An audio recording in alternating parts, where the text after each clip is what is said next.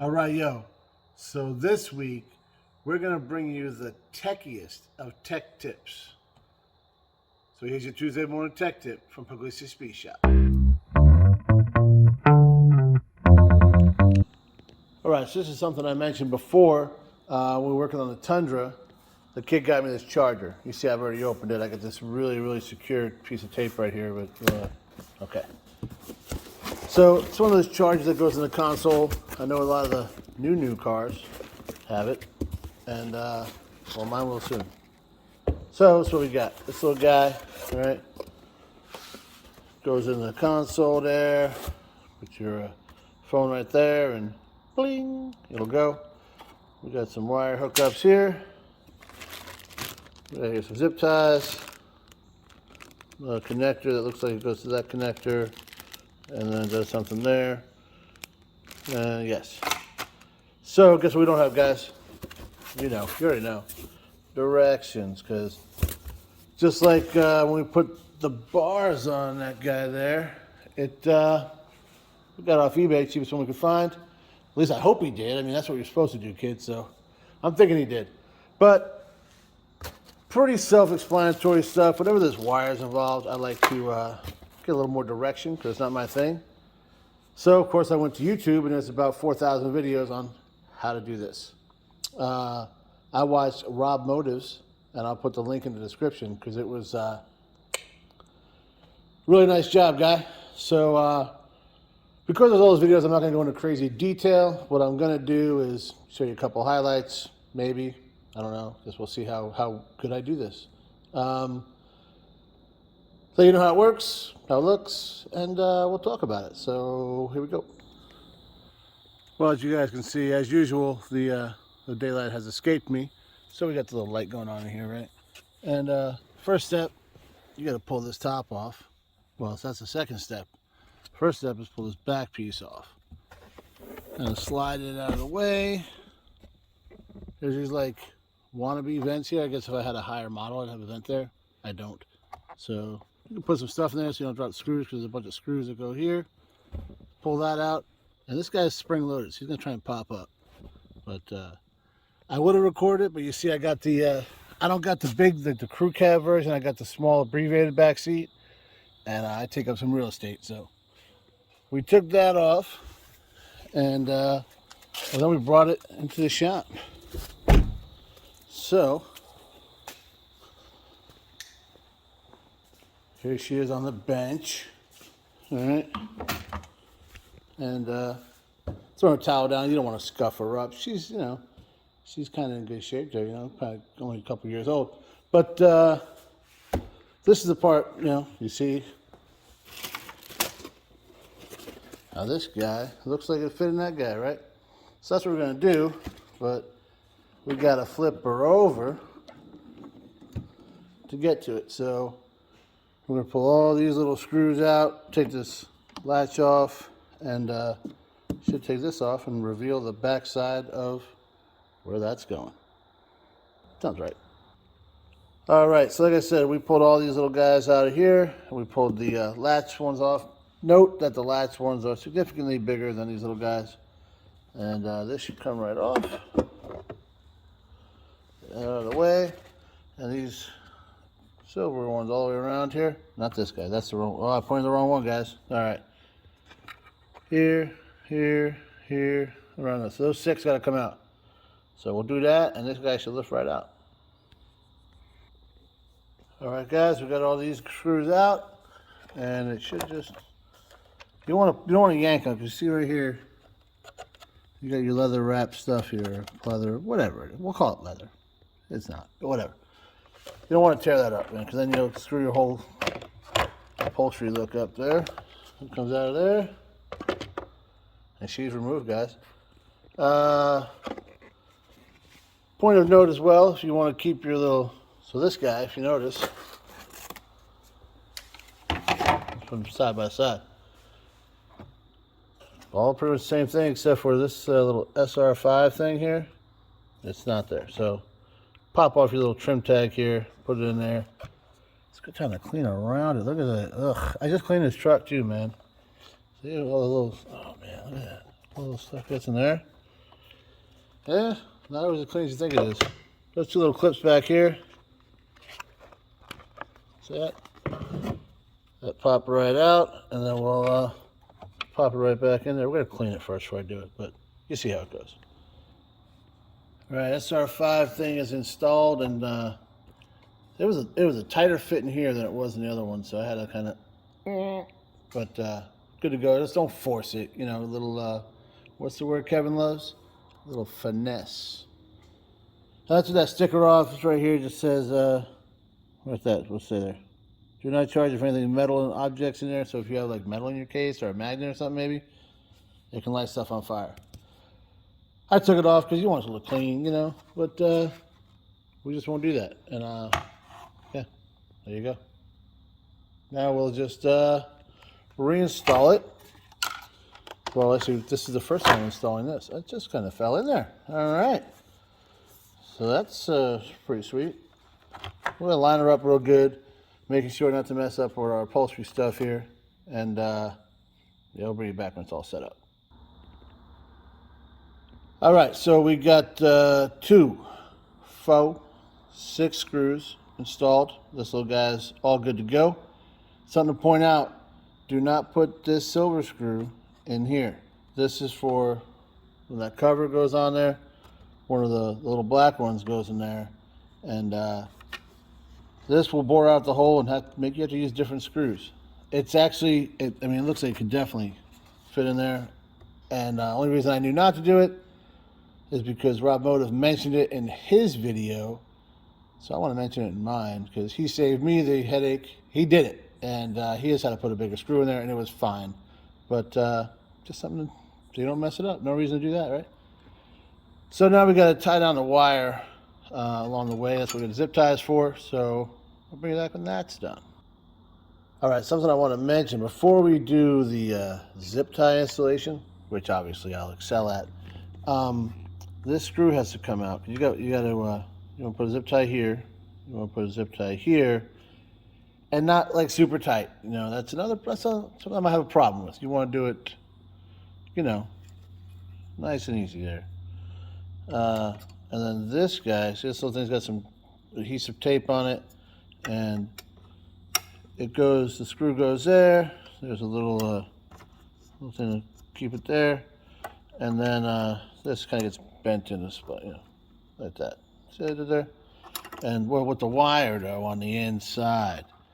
So I'm not gonna be able to do this one-handed, so I'll bring it back when it's done. But basically, don't want to forget this little guy to go here to protect your wire. Because if the wire is cut, there's no point in even doing any of this stuff. All right, so like I said, we got little zip tie here to the wire. It does move a little bit. You want to be able to move a little bit. It has to. We got this contraption installed here. Flip it over. We got zip tie installed right here. So that's where the wire travels through the hinge and safely comes out there. You don't want to get bound up. That's what's up. So we'll flip it back over and put this guy back on now. Okay, so we got the 1,000 screws that go around the perimeter in. These 2 here, it's like 16 total actually, because there's 2 that go underneath here. We got the latching.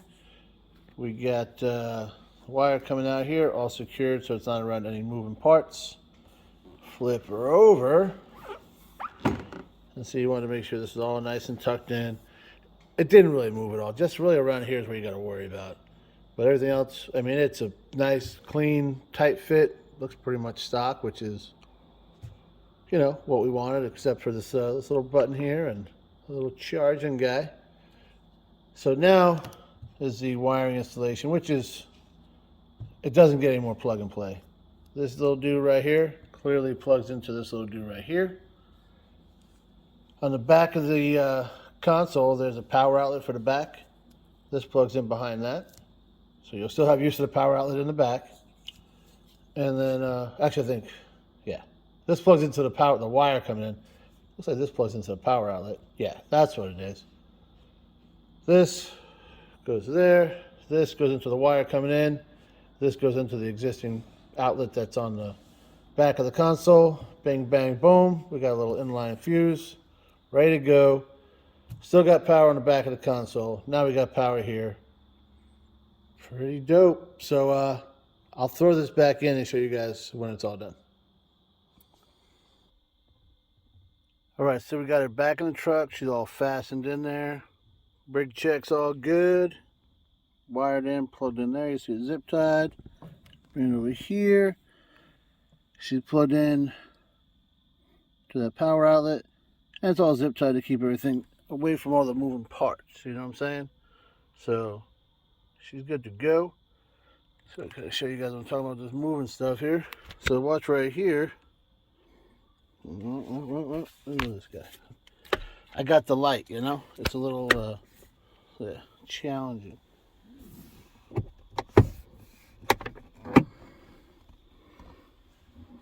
That's it.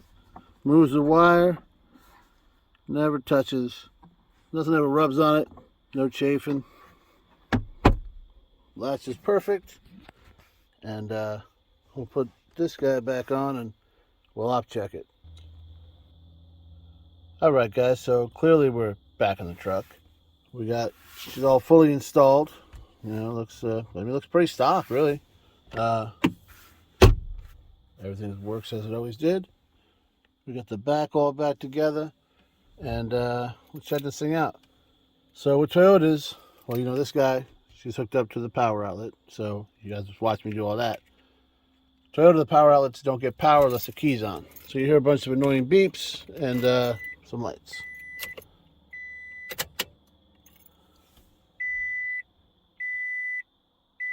Well, we got power. All right, so let's throw the old phone on here, and she's charging. So this defaults to on, right? So you can turn it off,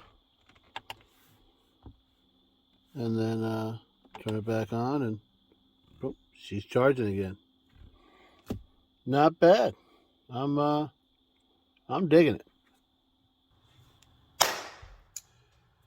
All right, guys. So clearly, it's a different type of tech tip video, right? We did a little bit of the tech, and then we'll get to the tip. You know. Seriously though, so the kid gave me the charger for my birthday, so 6 months ago or so, and I was putting together with all the Tundra stuff, you know, put together all at once. And of course, I hinted that I wanted it, and I believe he got it off eBay. But it's one of those things, they've been around for a while now. The video that I watched from Rob Motive was, it was like 2 years old, 3 years old, something like that.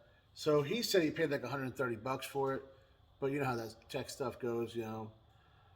Right after it comes out, it's replaced by something new. So it just gets cheaper as it keeps going. But 30, 40 bucks maybe. I'm guessing, like I said, he bought it for me. But it took me about an hour to put it in. But it should have only taken like 20 minutes, you know. But I was recording while I was doing it, so 20, 30 minutes, you should knock it out. I had two different size screwdrivers, and then with a pair of dikes so I could clip the zip ties. Of course, the other guy, he printed the directions up, and it calls for a torque wrench and all sorts of craziness, and that's just madness. We don't need any of that. So like I said, straightforward installation. I said we are going to op check it. I op checked that thing before I closed the whole back up because that just makes sense. And we checked it again when it was, you know, ready to go. But this is something I was really, I'm not a big tech guy, which is odd as I'm making a YouTube video, right? But I'm really not. You know, the kid does the editing because I'm clueless with that stuff. But this is something that's really going to help me in the truck because, so like right now, I'm recording on my phone, right? 90% of when I record is on my phone. So I have my phone at work during the day, and, you know, it gets, you know, the battery wears down. And then I don't charge it. I don't ever think about it. And then I'm trying to record here at night, and I'm charging my phone in between recording down here, and it's a whole thing. So this should fix that problem. Should charge on the way home. It's a half-hour ride or so. Good to go. So appreciate it, dude. Absolutely love it. And yeah, I'm gonna dig it. To the tip part that I was talking about, get your mind out of the gutter. But Kevin, I already know what you're thinking. Um, a lot of times, as vehicles come out, they don't change them. Like, remember, like, back in the day, 55, 56, 57 Chevy. Like, mono, the differences, right? Now, you can't tell them apart. Every car is the same for 4 or 5 years. Maybe they'll change the color of a light or piece of trim or something, if that. Probably not even that. But what they do change is all the tech stuff, right? The creature comforts, backup cameras came out, Bluetooth, XM radio, wireless chargers. That's a big thing now. It's getting put in a lot of cars from the factory. So you might have a car that's running great, right? But you want that, you're a tech guy. You want that new tech stuff. So instead of adding it, you just go out and you trade in your car that there's nothing wrong with it, and you buy another car. You make some crazy payments because, I don't know, have you seen vehicle prices nowadays? And just so you can get that newest little gadget, right? Well, here, you don't got to do it. 30, 40 bucks, 20 minutes of your time, you're done, right? I'm sure the new Tundra with all its newfangled twin turbo V6 crap, I'm sure it's got something like that. But I don't want that. So now I got the best of both worlds. So that's what I'm saying is rather than going out and spending a bunch of money that you don't need to spend to get that newest thing, just improve what you got. I mean, we had that ZR2 in here, that truck, and we had a double din stereo with Bluetooth and backup camera and all that. So that was an '02. So, I mean, update your stuff, guys. Rather than just throwing money to big corporations for a big corporation. Actually, I was probably made in China, I'll be honest with you. But at the end of the day, you can improve what you got to make it just as cutting edge as the new stuff. Let's give it a shot. Thanks for watching, guys.